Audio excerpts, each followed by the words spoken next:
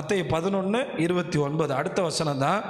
அதில் ஆண்டவர் சொல்லுகிறார், நான் சாந்தமும் மனத்தாழ்மையுமாய் இருக்கிறேன். என் நுகத்தை உங்கள் மேல் ஏற்றுக்கொண்டு என்னிடத்தில் கற்றுக்கொள்ளுங்கள், அப்பொழுது உங்கள் ஆத்துமாவுக்கு இளைப்பாறுதல் கிடைக்கும். என் நுகம் மெதுவாயும் என் சுமை லெகுவாயும் இருக்கிறது என்றார். அல்லேலூயா, அல்லேலூயா. அப்போ யாருக்கு இளைப்பாறுதல் கிடைக்கும்னா, அவரிடத்தில் என்ன செய்ய வேண்டுமா? கற்றுக்கொள்ள வேண்டும். அவரிடத்தில் என்ன செய்யணுமா? அதில் எனக்கு ரொம்ப ஆச்சரியமான ஒரு காரியம் சொல்கிறாரு. நான் கோவப்பட மாட்டேன். 3 வருஷம் சீஷர்களோட என்னைக்காவது கோவப்பட்டிருக்காரா? பார்த்துருக்கீங்களா? இந்த சீஷர்கள் நம்மளை மாதிரியே தான் இருந்திருக்காங்க. கோதுமை வயலில் போய் கையை வச்சு பறித்து என்ன பண்ணுறாங்க? சாப்பிட்றாங்க. உடனே இந்த வேதபாரகர் பரிசேயர் வந்து, உங்களுடைய சீஷர்கள் வந்து இப்படி இப்போ நடந்து போகும்போது பயிரை கொய்து திங்கிறாங்களே, நீர் வந்து திட்டக்கூடாதா? உபவாச நாளில் இப்படி செய்கிறாங்களே, என்ன நாளாம்? உபவாச நாளில் இப்படி செய்யலாமா அப்படின்னு கேட்குறாங்க. அப்போ ஆண்டவர் அவர்களை விட்டு கொடுக்கவே இல்லை. அவர் சாந்தமும் மனத்தால். நம்மளை மாதிரி ஆட்கள் வந்து சொல்லி கொடுப்போம் பிள்ளைங்களுக்கு. அவங்களுக்கு புரியலைன்னா நமக்கு என்ன வந்துடும்? கோபம் வந்துடும். ஆனால் பரலோகத்தின் தேவன், வானத்தையும் பூமி உண்டாக்கின தேவன், பேதுருவுக்கும் யோவானுக்கும் 12 சீஷர்களுக்கும் சொல்லி கொடுத்ததை அவர் சாந்தமும் மனத்தாழ்மையோடு சொல்லி கொடுத்தார். அப்போ அவர் சமூகத்தில் போய் நம்ம ஆண்டவரிடத்தில் பெற்றுக்கொள்ள போகிறவனுக்கு இளைப்பாறுதல் கிடைக்காது. கற்றுக்கொள்ள வந்தவனுக்கு என்ன கிடைக்கும்? நல்லா கவனிங்க. கற்றுக்கொள்ள வந்தவன் பெற்றுக்கொண்டு தான் போவான். ஒரு ஆமென் சொல்லுங்க. கற்றுக்கொள்ள வந்தவன். அதனால தான் உங்கள் வாழ்க்கையில் கிறிஸ்தவர்களை, தேவ பிள்ளைகளை கர்த்தர் ஆசீர்வதிக்கணும், சுகம் கொடுக்கணும், மேலே கொண்டு வரணும், பெரிய ஆளாக மாற்றணும்னு விரும்புகிறாரு. அப்போ ஏன் நம்ம வாழ்க்கையில் அது நடக்கலைன்னா, நம்ம ஆண்டவரிடத்தில் என்ன செய்யலை? கற்றுக்கொள்ளலை. அப்போ ஆண்டவரிடத்தில் என்ன செய்யணும்? கற்றுக்கொள்ளணும். யோசேப்பு எப்படிப்பட்ட ஆள்? யோசேப்பு பயங்கர மோசமான ஆள். என்னையா நீ இப்படி சொல்கிற? ஆமாம், அதாவது அண்ணன்மாருங்க வீட்டில் செய்கிற எல்லா தப்பையும் அப்பா வந்த உடனே என்ன பண்ணுவார்? போட்டு கொடுப்பார். இது நல்ல வேலையா கெட்ட வேலையா? ரொம்ப மோசமான வேலை. ஏன்னா அன்னைங்கெல்லாம் கூட இருக்கும்போது அப்படியே கூட இருக்கிற மாதிரி இருந்துட்டு, அப்பா வந்த உடனே பற்ற வச்சு விடுறது. என்ன விடுறது? இந்த பார்த்திங்களா என்னெல்லாம் பண்ணுறாங்க தெரியுமா? அந்த அவங்க ரொம்ப மோசமான பசங்களாக இருக்காங்க. அவன் அப்படி பண்ணுறான், இவன் இப்படி பண்ணுறான், அவன் அப்படி பண்ணுறான்னு சொல்லி போட்டு கொடுத்துட்டு அப்பாட்ட என்ன பேர் வாங்கிடுறது? நல்ல பேர் வாங்கிடுறது. ஆனால் எகிப்து தேசத்துக்கு போன பிறகு யோசேப்பு கற்றுக்கொண்டார். அல்லேலூயா. அவங்க அண்ணன்மார்களை பார்த்து தன்னை வெளிப்படுத்தும் போது எப்படி சொல்கிறார் தெரியுமா? நீங்கள் ஒன்றும் வருத்தப்பட வேணாம், என்னை விற்று போட்டதுக்காக நீங்கள் வருத்தப்பட வேணாம், உங்களுக்கெல்லாம் நன்மை செய்கிறதுக்கு கர்த்தர் என்னை முன்னமே அனுப்பினார். அல்லேலூயா, ஆமென், அல்லேலூயா. ஆமாம். இப்போ நம்மளாக இருந்திருந்தோன்னா, கற்றுக்கொள்ளாத ஆளாக இருந்திருந்தா, குழியில் ஆடா போட்டிங்க நக்கிறேன் பாரு. இப்போ என்ன குழியிலையா போட்ட? என்ன 20 காசுக்கா வித்த? உட்காருங்க. அப்ப தேவனிடத்தில் கற்றுக்கொள்ளும் போது நமக்கு என்ன கிடைக்குது? இளைப்பாறுதல். அதிகமாக கடன் வாங்கி நான் என் இஷ்டத்துக்கு வாங்கிட்டு வீட்டுக்குள்ளே உட்காந்து முட்டிகிட்டு இருக்கேன். இனி செய்ய மாட்டேன்னு சொல்லுங்க, இன்னைக்கே கடன் அடையும். இல்லை நாளைக்கு கடன் வாங்குறேன்னா வண்டி சீக்கிரம் டயர் வெடித்தாலும் சொல்லுங்க, 100 கிலோ ஏற்ற வண்டியில் எத்தனை கிலோ தான் ஏற்றணும்? சொல்லுங்க. 200 கிலோ ஏற்றினா என்ன ஆகும்? எண்ண வேண்டியதுக்கு நம்ம மனுஷங்க தான். நம்ம மூளைக்கு போகிற நரம்பு பிளாக் ஆச்சுன்னா போச்சு. அதுக்கு பேர் சாவுன்னு சொல்லுவாங்க. என்ன சாவு? மூளை சாவு. என்ன சாவு? ஆமாம், மூளைக்கு போகிற நரம்பு, ஹார்ட்டுக்கு போகிற நரம்பு, இதெல்லாம் ரொம்ப முக்கியம். இதில் எந்த பாதிப்பு வந்துச்சுன்னா மனுஷனுக்கு வேறு எதுவுமே செய்ய முடியாது. இதெல்லாம் சரியாக இயங்கணும்னா கற்றுக்கொள்ளணும். நான் உபத்திரவப்பட்டது நல்லது, உம்முடைய பிரமாணங்களை கற்றுக்கொண்டேன். அப்போ கற்றுக்கொள்ளணும். நான் சொல்கிறேன், அதிக ஆசைப்பட்டு போய் கடன் வாங்கி தான் நிறைய பேர் இளைப்பாறுதலை அவங்க என்ன செய்யவே இல்லை. துன்மார்க்கர் மரண பரியந்தம் தான் கற்றுக்கொள்ளவே மாட்டாங்களாம். பேதலிச்சுக்கிட்டே தெரிவானா. பேதலிச்சதுன்னா என்ன தெரியுமா? அதாவது ஒரு மாதிரி பைத்தியம், ஒரு மாதிரி பேதலிச்சுக்கிட்டே தெரியும். அது வாங்கணும், இது வாங்கணும், இது வாங்கணும், இது வாங்கணும். அப்புறம் என்ன செய்ய முடியும்?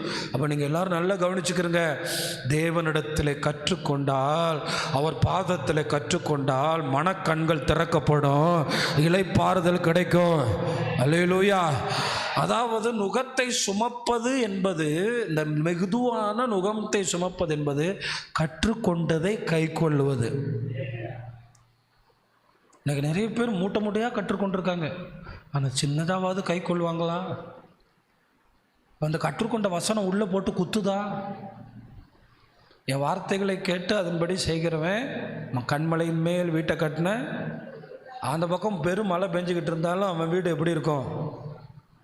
பெரும் வெள்ளம் வந்தாலும் அவன் வீடு எப்படி இருக்கும்?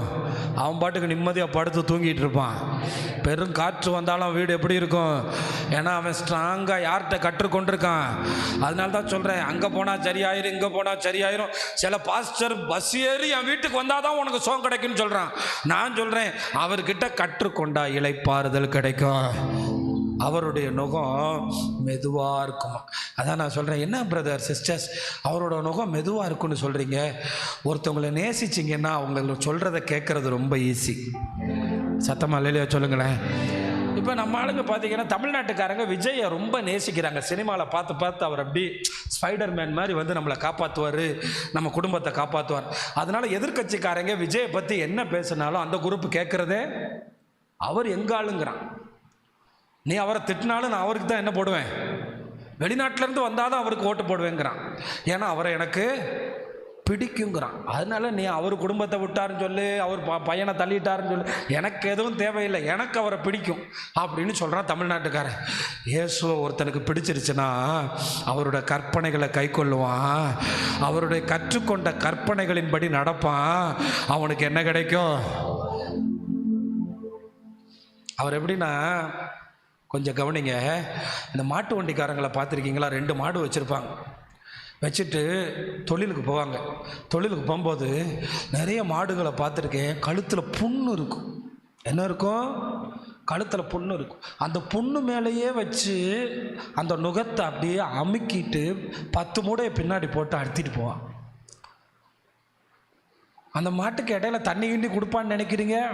காலையில் 6 மணிக்கு வண்டி கிளம்பிச்சுன்னா பெட்ரோல் போடுற மாதிரி அதுக்கு ஏதாவது கிடைக்கும்? ஒன்றும் கிடைக்காது. திரும்ப நைட்டு வந்து கட்டும்போது ஏதாவது கொடுத்தா தான் உண்டு. போட்டு அடிக்கடி பார்த்தீங்கன்னா அடிப்பான். இன்னொன்று பார்த்தீங்கன்னா, அந்த அடிக்கிற கம்புக்கு பின்னாடி ஒரு ஆணியை வச்சுருப்பான், ஊசியாக வச்சு அதோட பின்பகுதியில் என்ன பண்ணுவாங்க, குத்துவான். ஆனால் ஆண்டவர் நம்மளை அப்படியா நடத்துகிறாரு? நம்மளை சரியாக நடத்துவார், நம்மளை ஆசீர்வாதமாக நடத்துவார். இங்கே இருக்கிற எல்லாருக்கும் சொல்கிறேன், நீங்கள் ஒவ்வொரு தோல்வியிலையும் கற்றுக்கொண்டீங்கன்னா ஒரு நாள் நீங்கள் சிகரத்தில் இருப்பீங்க. அல்லேலூயா. ஒவ்வொரு தோல்வியை நீங்கள் படிக்கட்டாக மாற்றினீங்கன்னா உங்கள் வாழ்க்கையினுடைய உயர்வை ஒருத்தனும் கீழே தள்ளவே முடியாது. அல்லேலூயா. அதனால தான் சொல்கிறேன், ஆண்டவரிடத்தில் என்ன செய்யணும்? அப்பொழுது உங்கள் ஆத்துமாக்கு என்ன கிடைக்கும்? இளைப்பார். எந்த ஞாயிற்றுக்கிழமை வேதத்தை தூக்கிட்டு வந்தாலும் கற்றுக்கொள்ள வரும். என்ன வரணும்? அடிக்கடி சொல்லணும், கற்றது கையளவு. இன்னைக்கு அப்படி தான் சொல்கிறேன். பல நேரங்களில் நமக்கு இன்னும் வசனம் தெரிய மாட்டேங்குது, அது எழுதப்பட்ட நோக்கம் புரிய மாட்டேங்குது. நம்மெல்லாம் கொஞ்சம் தான் தெரிஞ்சிருக்கோம். இந்த வேதத்தை நம்ம படித்து முடிக்கணும்னா இந்த வாழ்க்கை போதாது, அதனால் பரலோகத்தில் போய் படிப்போம். இந்த வேதம் பரலோகத்திலே இருக்கும், அது உண்மை. அதனால் என்னை கேட்குற தேவனுடைய பிள்ளைகளே, இந்த உபத்திரவத்தில் நான் கற்றுக்கிட்டேன், இனிமே நான் ரொம்ப கவனமாக நடப்பேன்.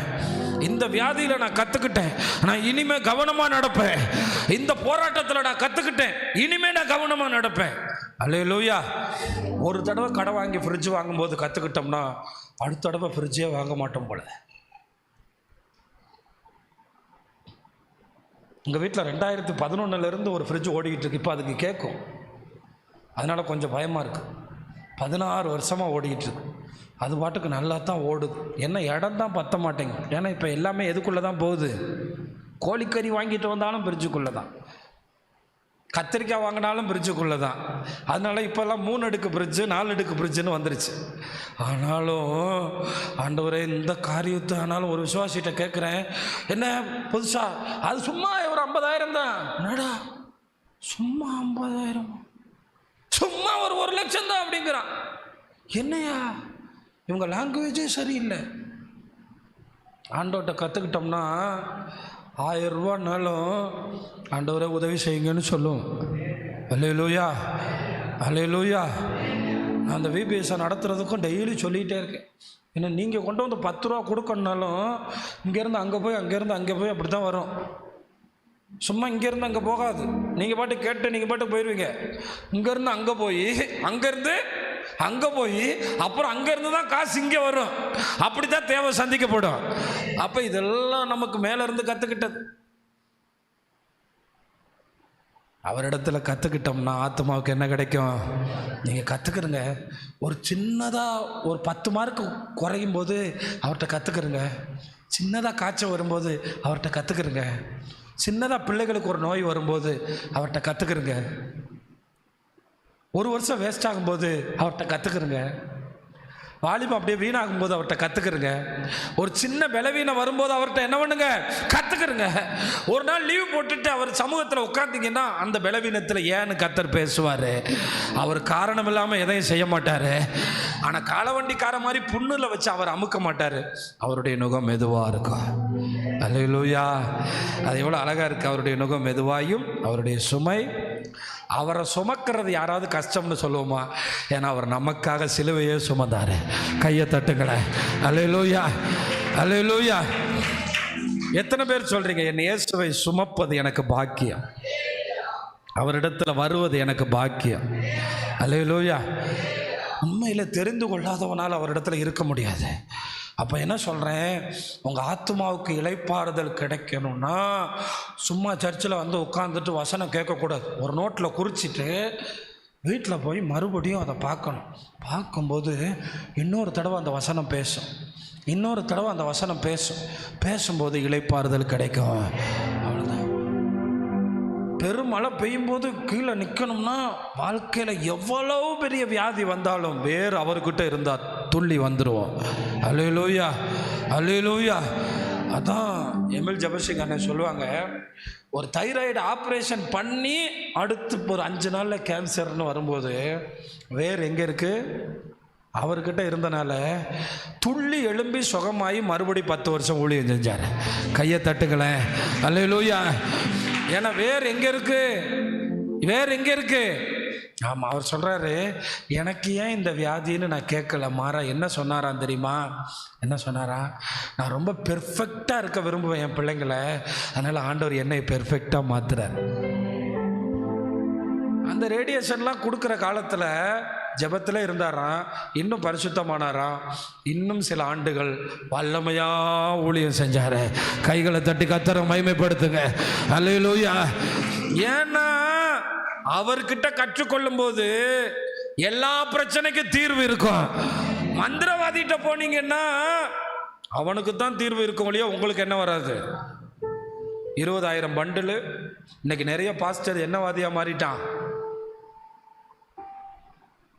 இதெல்லாம் செஞ்சால் உனக்கு சரியாயிரும்.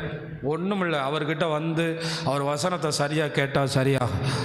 எந்த பாஸ்டராவது அதை செஞ்சால் சரியாகும், இதை செஞ்சால் சரியாகும்னு சொல்கிற வசனத்தின்படி நம்மை சீர்படுத்தினா சரியாகும். அவரிடத்தில் கற்றுக்கொள்ளுங்கள், அப்பொழுது தான் உங்களுக்கு என்ன கிடைக்கும்?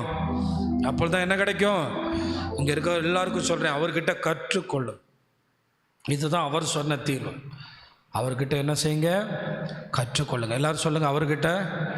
ஆமாம், ஒரு நாள் டைரியை வச்சுட்டு இன்றைக்கி சாயங்காலம் முடியும் போது என்ன கற்றுக்கொண்டேன் அப்படின்னு செஞ்சு பாருங்களேன். நீங்கள் தான் மிகப்பெரிய வெற்றியாளர். ஒரு 5 ஆங்கில வார்த்தை படிங்க, ஒரு வசனம் படிங்க. இன்றைக்கி சாயங்காலம் அப்படியே தூங்குறதுக்கு முன்னாடி என்ன கற்றுக்கிட்டேன்? புரணி பேச கற்றுக்கிட்டேன், பாவம் செய்ய கற்றுக்கிட்டேன். அது இல்லை, வசனத்தின்படி அவர் சொல்லுகிறபடி நீங்கள் கற்றுக்கொண்டா அவர் உங்களுக்கு பரிசா இளைப்பாறுதலை தருவார். என்ன தருவார்? என்ன தருவார்? அதனால தான் உலக மனுஷங்கிட்ட கற்றுக்கிறவே கூடாது, அவர்கிட்ட தான் கற்றுக்கிறணும்.